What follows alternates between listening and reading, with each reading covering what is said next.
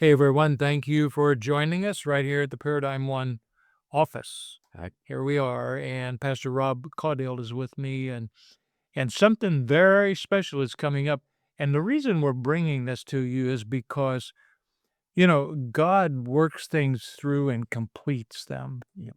You know, 100%. and yeah, and so we love it when a soul comes to know Jesus. And that's the beginning. And people talk about their transformation, but then we love it when people grow, and then God called you, and you've gone through schooling and the processes of becoming a pastor and all that, and you've been so faithful with your family through all of this and working a job, taking care of your family, pastoring the church, and now we're coming to ordination. Mm-hmm. Yes, sir.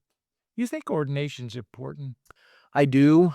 I don't know if everyone should be ordained, that's in the pastor. I know youth pastors that went years that never did get Right. ordained. And originally I wanted to be a youth pastor, so I never thought, oh, that should be me getting ordained. No. But now, after having a year of being a pastor under my belt, I recognize when folks look at a church, they want to have a pastor that does the time, that gets the credentials, and has a respect for the office. There is some accountability to this. And right here, Rob, I see what Paul is saying to Titus. For this reason, I left you in Crete, which was not a neat little place, that you should set in order the things that are lacking and appoint or ordain elders in every city as I commanded you. Yep.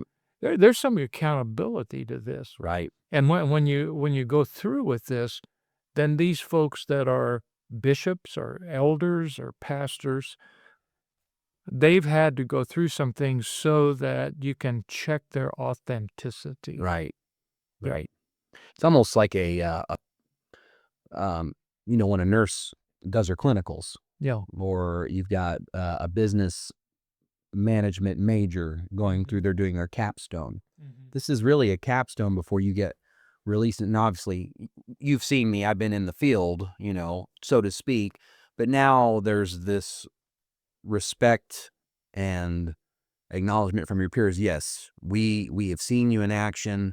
We believe that you're upholding the testimony that is becoming of a pastor. And it's really kind of like a stamp of approval. And you have your testimony before the Lord, but it helps to have the testimony of your fellow Christians and fellow laborers. Yeah. To see you and acknowledge you. Yes, this person is put in the time. Yeah. So, And I start off right here with this. If a man is blameless, oh my word, it's a serious word. you're supposed to be blameless. I do want Mhm. to give our audience and just say here a little word of comfort. Blameless sounds like impossible. But I heard one of my mentors say, you'll never be faultless, but you can be blameless. And but there's something about starting out right here in this list with character. Right. This is a man that needs to have character. I remember when we were at the Calvary Baptist Church where you were years ago, we were working on staff and so forth, and I had actually a dear friend named Bill Benzing. He came out of the marketplace to serve as our administrative pastor, shepherd, and we talked about what we needed. And Pastor Rob, he said, we need character, we need competence, and we need chemistry. I really like that. And I heard Howard Hendricks say that as well. And then we agreed, you hire character because you can train character, you can get competence without character, and then you're Right. we got That's a good point. There's a lot of people that know what they're doing, but if they're not ethical about it, that can Yep. be harmful. And Yeah. yeah, And even a theologian can be a charlatan. right. Right. And so, and then the chemistry part comes in where you need to get along with the team. Right. If it's just like my way and the highway all the time, that doesn't build team, that doesn't build a body. So Mm. take a little bit here and say, what is your heart in getting this ordination? I know with working with Christa Community, one neat thing is as we grow with the organization, they offer it. So I was happy to oblige, Yeah. for one thing. For two, being a pastor, I did want to be ordained. After, like I said, having a year under my belt, I want to be able to meet a need that ordination provides Yep. to folks in the congregation. And that's not just, officiating a wedding or whatever, but there comes a point where people come and they seek your counsel, and you can say, well, yeah, I've studied this. I understand this, yeah. and the credential reflects that.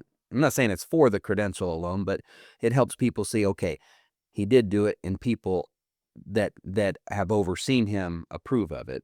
And so everything from Christian community providing it, and then meeting a need in our local church by having it is a big thing too. And that Waynetown church, and Waynetown, if you're watching, I'm excited for you. I've been excited to see what God has done, and then, of course, when we went there, several years ago, there was no pastor. We prayed and prayed. God gave us you.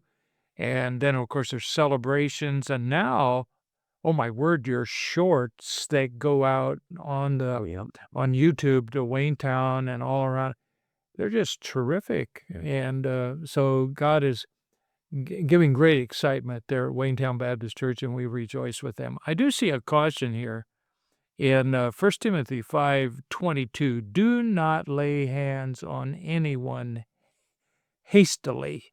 What do you think that means? I would think you don't want to do it in a hurry and do it with someone that you really don't know. Yeah. Obviously, it's great to have people that are willing to serve, even in a leadership capacity, but you don't want to put anybody in charge that you don't know if how are they as a disciple versus how they are a leader. Yeah. So doing that in haste could be dangerous. Yeah. The next phrase says, nor share in other people's sins. It's like Paul has given direction to Timothy here, saying, now, there's going to be some guys that are coming along that they want to go into ministry, but don't be quick to lay hands on them and anoint them and that kind of thing, because, the honest truth is some people's sins go before them and you're warned, but sometimes there's some things that are hidden. Right. That don't come to the surface. When it goes hand in hand with doing it in haste. If you do it in hand, you might miss that. Yep. And then now you're more of an accomplice, even if you didn't mean to be. So there needs to be some time testing that proves the authenticity of the person. Well, you got to know that I'm your cheerleader. I'm thrilled about this. I'm happy for Waynetown, and I'm looking forward to Sunday night. I am too. We're going to have a great time. It is. And looking forward to meeting Dr. Sherlin. Yep.